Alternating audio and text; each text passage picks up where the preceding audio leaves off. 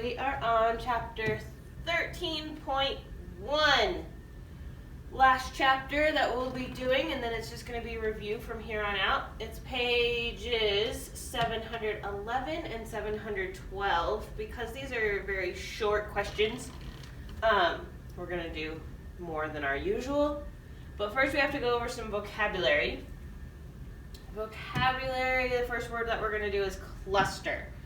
This applies to dot plots. So if you want to put that in your notes, dot plots.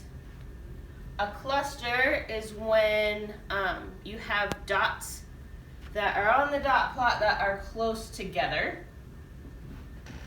So let's say this is number 8, 9, 10, 11, and 12.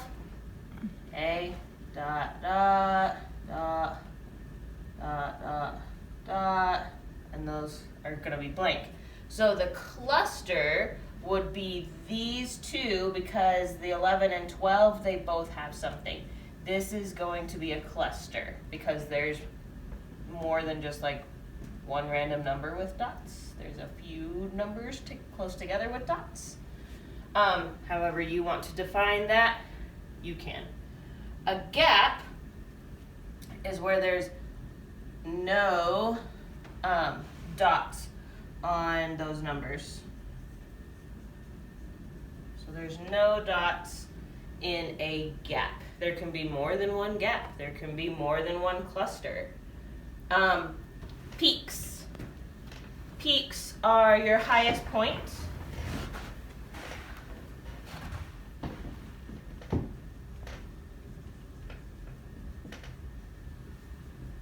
I think there can be more than one peak because it actually gave us the plural.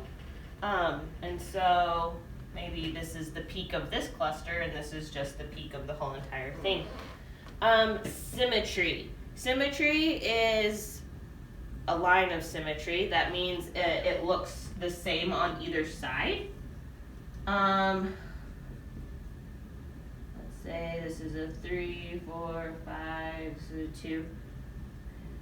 And it goes 3, then it goes 2, then it goes 2, and then it goes 3.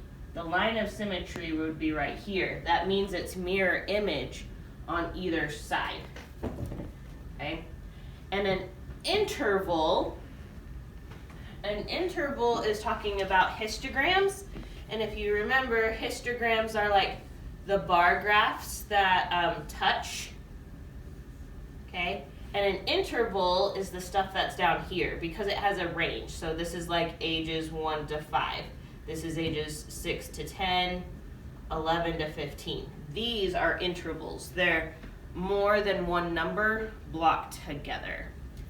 Okay, so now that we have some vocabulary, we're going to jump into our book and work out some of those questions.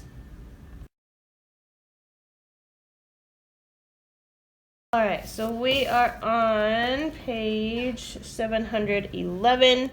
We have a dot plot over here, and just going over question number 1. The dot plot shows the number of omelets ordered at Paul's restaurant each day. Does the dot plot contain any gaps? And remember, the gaps are where there's no line. So it was from 12 to 13, and then there was another one to 17. Okay, let me put that.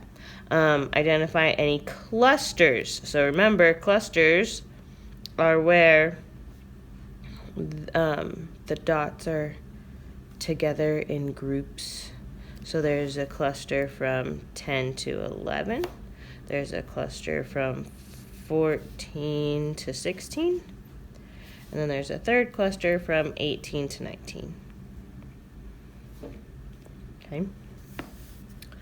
Going down to problem number 3, the histogram shows the number of people that visited a local shop each day in January. How many peaks does the histogram have? So looking at this, peak is the highest point. So I would say it has 1 peak. Describe how the data values change across the intervals. Remember, the intervals are these blocks right here.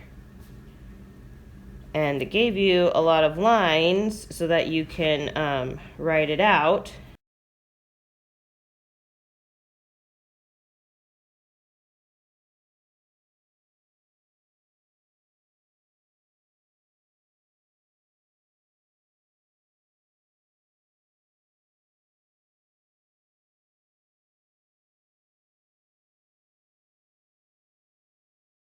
Look at the dot plot on the right. Does the graph have any line of symmetry? I think it has a line of symmetry right here because it goes 2, 2, 3, 4. And this one goes 2, 2, 3, 4, and it's mirror image of one another. I'm not going to explain that because I just said it out loud. A histogram shows the ages of students at the library at intervals. So we know that this first block is 1 to 5. The second one is 6 to 10. Next one is 11 to 15, 16 to 20, and 21 through 25. And there's a peak at 11 to 15. So let's say that this is the highest one. This isn't a correct histogram because the bars should be touching. Sketch what the histogram could look like and describe patterns you might see. So the peak is 11 to 15, so we know that that one has to be higher. Okay, so that's just a sketch of what it might look like. All right, and then switching over to 712. What interval is the histogram has the greatest frequency? Well, here's the frequency. Which one has the greatest? That would be interval 10 to 14. And then Meg makes a dot plot with the data of all of those numbers. Where did the gaps occur? That means you need to make a line plot. My lowest number is 3, and it looks like my highest number is 9. So 3, 4, 5, 6, 7, 8, and 9, and then I have to dot them.